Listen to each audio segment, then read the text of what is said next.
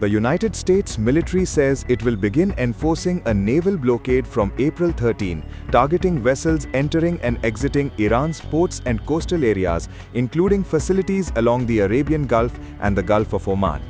The blockade, it says, will be enforced impartially against vessels of all nations accessing Iranian ports. The US military stopped short of a full shutdown of the strait. It said that the blockade will not impede neutral transit passage through the strait to or from non-Iranian destinations. The US military added that humanitarian shipments including food, medical supplies and other essential goods will be permitted, subject to inspection. This comes after weeks of failed negotiations from both sides to reach a deal to end the war, which began on 28 February but is currently under a 2-week truce. And this time, the shift is significant. In the past, it was Iran that often threatened or attempted to restrict movement through Hormuz during periods of tension.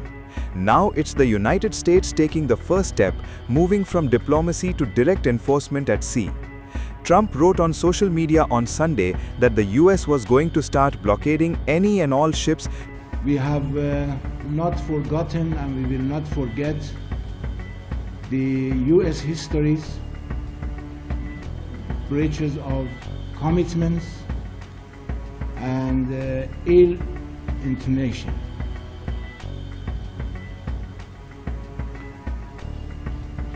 And ill intention because you know that we have so many experiences from the United States. You know that we have so many negotiations at the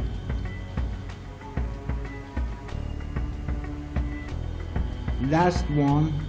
We are on the negotiation that they attack, and in 12 days war also you have heard and you have seen that Iran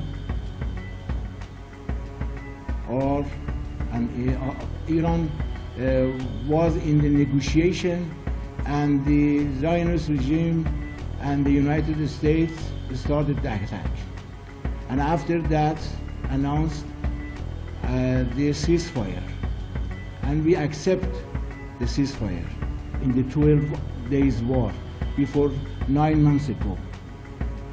Trying to enter or leave the Strait of Hormuz. And that alone is enough to move global markets.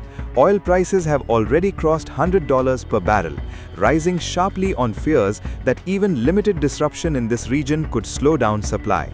Because once shipping becomes riskier, insurance costs go up, transit slows down, and fewer vessels are willing to take the route.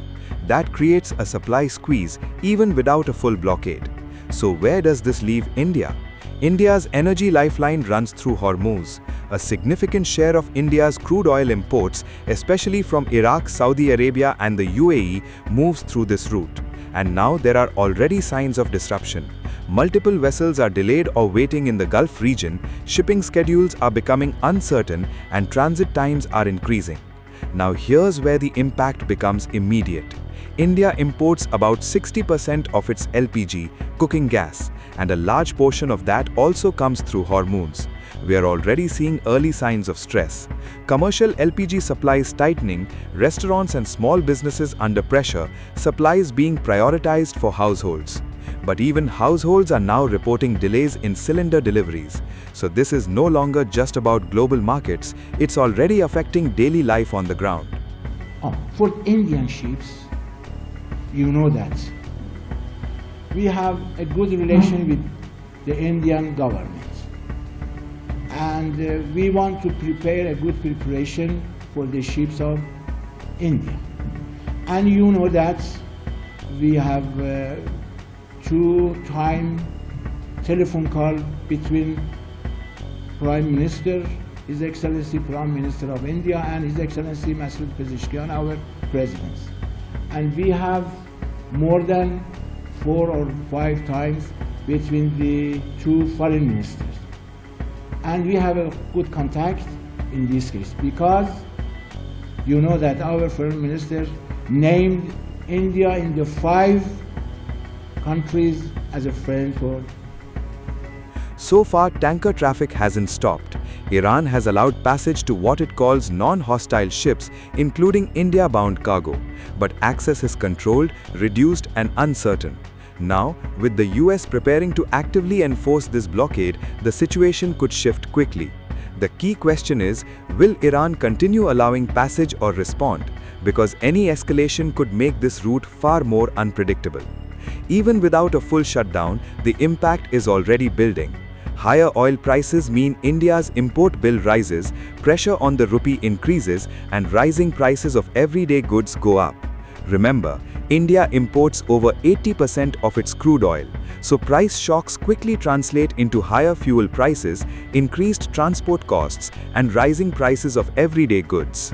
Right now, the US says the blockade will be enforced on ships accessing Iranian ports, but will not stop neutral traffic through Hormuz. So the strait is not fully open. For India, the immediate threat is not access to oil. It's something more complex, the stability of a route it cannot replace. And now, with the United States stepping in with active enforcement, this situation has clearly moved from tension to escalation.